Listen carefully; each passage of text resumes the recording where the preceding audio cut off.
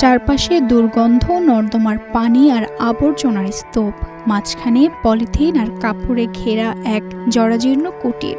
নেই বিদ্যুৎ, নেই সুপেয় পানি, এমনকি স্বাভাবিকভাবে বেঁচে থাকার ন্যূনতম কোনো সুযোগ। অথচ এই ভয়ঙ্কর আঁধার কুটিরই 15 বছর ধরে 65 বছর বয়সী সালেহা বেগমের একমাত্র পৃথিবী। পটুয়াখালীর কলাপাড়ায় আন্ধারমানিক নদীর পাড়ে এই কুটিরে বাস সালেহা বেগমের।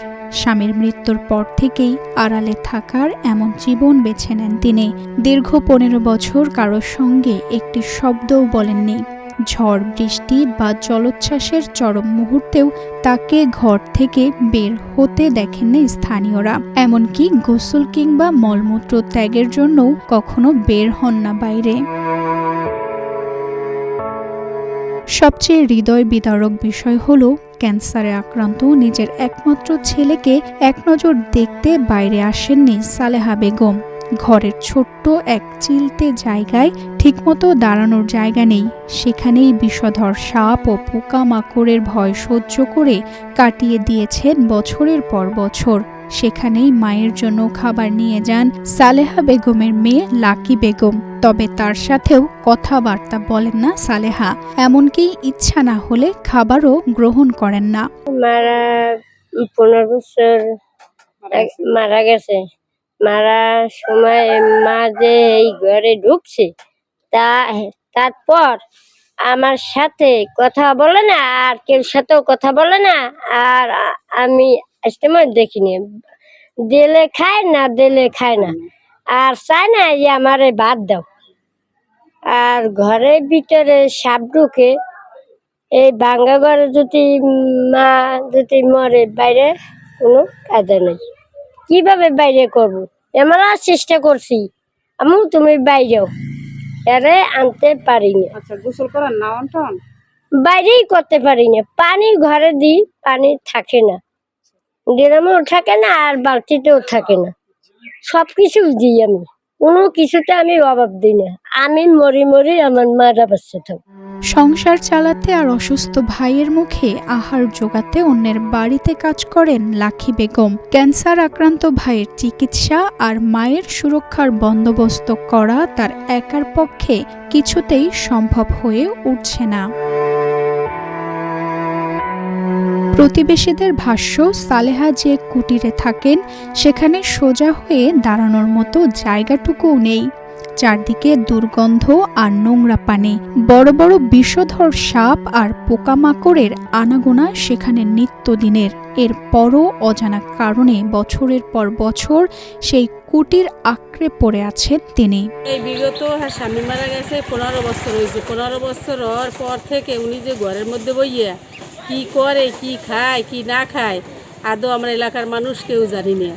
এই যে এত বড় একটা বন্যা গেছে, বন্যের মধ্যে ওই মহিলা ওইদের মধ্যে রয়েছে। এই যে সিডরের বন্যা গেছে, কিন্তু ওনারে ডাকলেও সাড়া দেয় না, কোনো খায় না, চাই না, কিছু না, কোনো মানুষের সাথে কথা কয় না।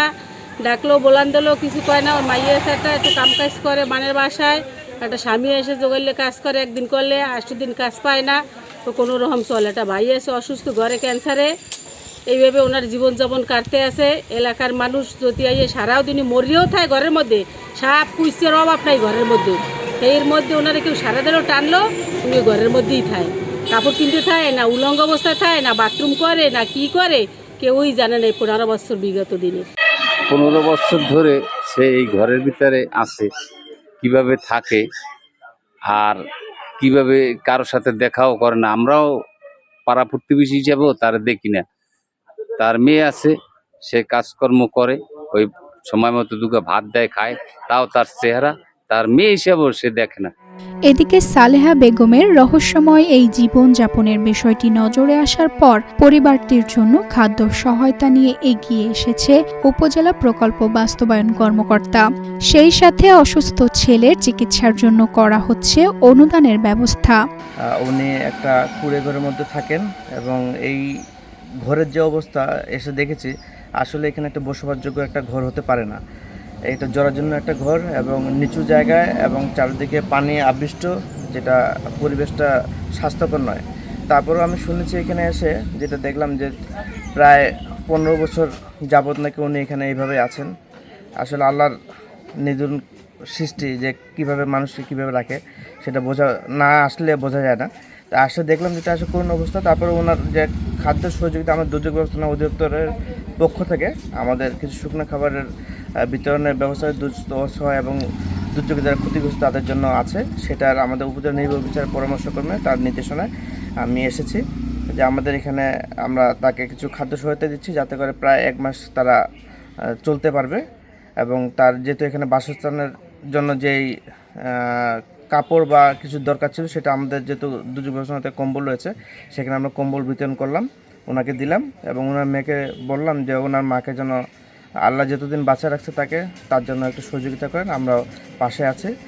আর এইখানে যে ঘরের যে দুরবস্থা দেখলাম সেখানে আমাদের বরাদ্দ সাপেক্ষে আমরা চেষ্টা করব তার ঘরটাকে ডেভেলপ করার জন্য। কিন্তু প্রশ্ন থেকেই যায়, কেন 15 বছর ধরে নিজেকে এভাবে আধারে গুটিয়ে রেখেছেন সালেহা বেগম? কি এমন আঘাত পেয়েছিলেন জীবনে যার পর থেকে মানুষের উপর থেকে সব বিশ্বাস হারিয়েছেন? সেই প্রশ্নের উত্তর অজানা থাকলেও হৃদয়বান মানুষের সহমর্মিতায় চরম কষ্টে থাকা পরিবারটি কি পাবে জীবনের নতুন দিশা?